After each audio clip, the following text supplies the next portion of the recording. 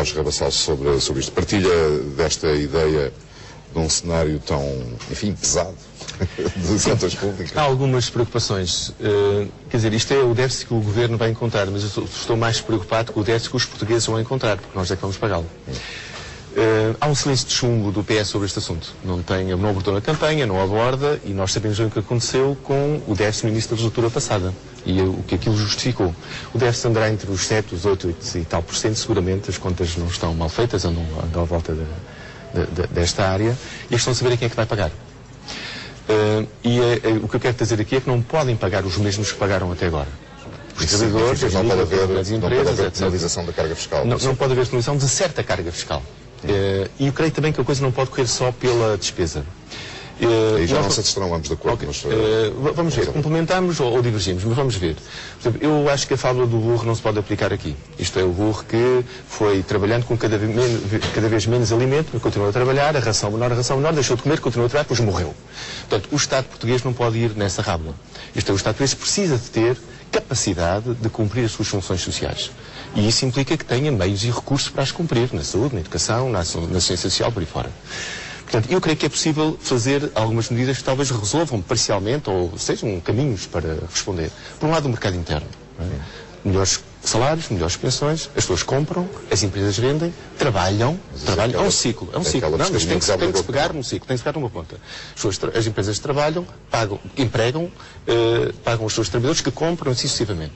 E por aí temos vários problemas resolvidos. Temos o problema do emprego, temos o problema da redução de impostos, porque produz, de importações porque produz, e temos talvez mais capacidade de exportação. Isto é, o mercado interno dinamiza toda a economia portuguesa e vai mexer com as 300 mil micro, pequenas e médias empresas que são, enfim, o sustentáculo da economia nacional.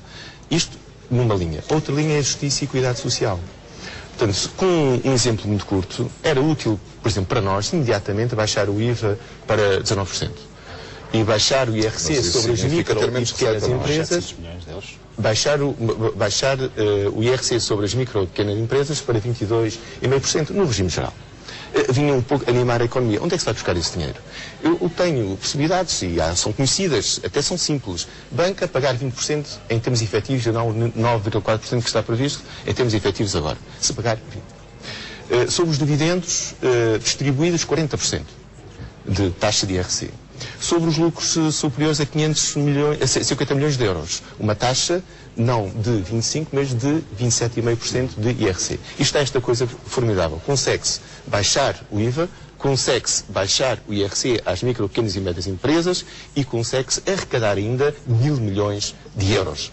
Então, eu já não estou a falar, só queria dizer o seguinte, eu não estou a falar de uma coisa que o Dr. apontou aí muito bem, que é o dinheiro não arrecadado com os offshores, nem estou a falar do imposto sobre as grandes fortunas que noutros países europeus existem e que podiam gerar, do lado da receita consistente e consolidada, uma capacidade de resposta ao déficit muito forte, não ir buscar o dinheiro onde ele existe, porque há riqueza acumulada, mas está mal distribuída e tem que se ir buscar onde ela existe, senão aos sacrificados do costume.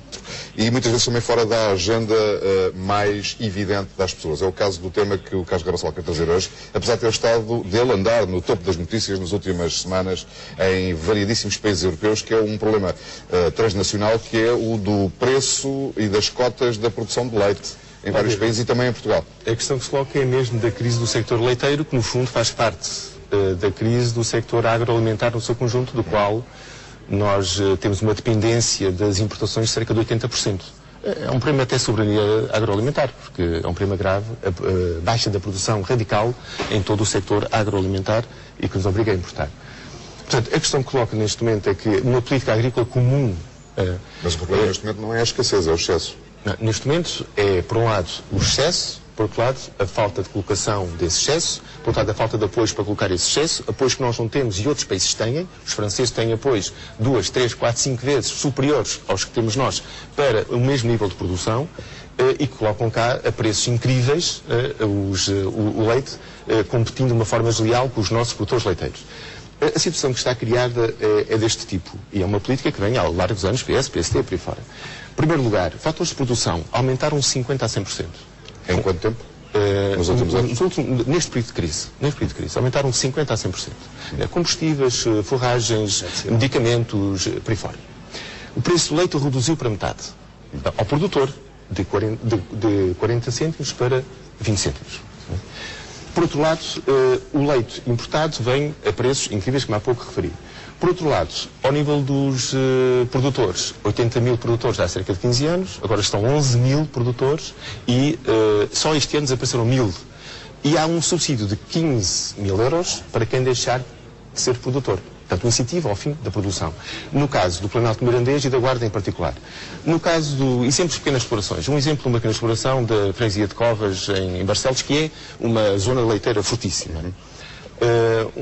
Para o mesmo leite vendido, é uma pequena exploração familiar de 60 vacas, né? Para o mesmo leite vendido, o que é que está a acontecer? Eles estão a perder todos os meses 7 mil euros, 84 mil euros por ano. Não há nenhuma produção, enfim, familiar que aguente esta situação. Medidas. Os pós-produtores apontam 5% de apoio de emergência, 5 cêntimos de apoio ao litro às pequenas explorações familiares com 100 vacas em produção. Medida imediata. Manutenção das cotas leiteiras. A União Europeia quer acabar com as cotas em 2015. Isso é o fim. Adiou para 2015. Tomou uma decisão, adiou para 2015. A ideia, se isso acontecer, é destruída a nossa capacidade de produção leiteira. Portanto, é necessário manter as cotas. O governo português tem que vacilar. A portuguesa. E o Estado português tem que ser firme na defesa destas cotas para se poder defender a nossa produção leiteira. Em última análise, também intervir sobre os custos da produção e sobre o crédito. Porque aqui os problemas são semelhantes às micro, pequenas e médias empresas em relação aos custos de produção e ao crédito.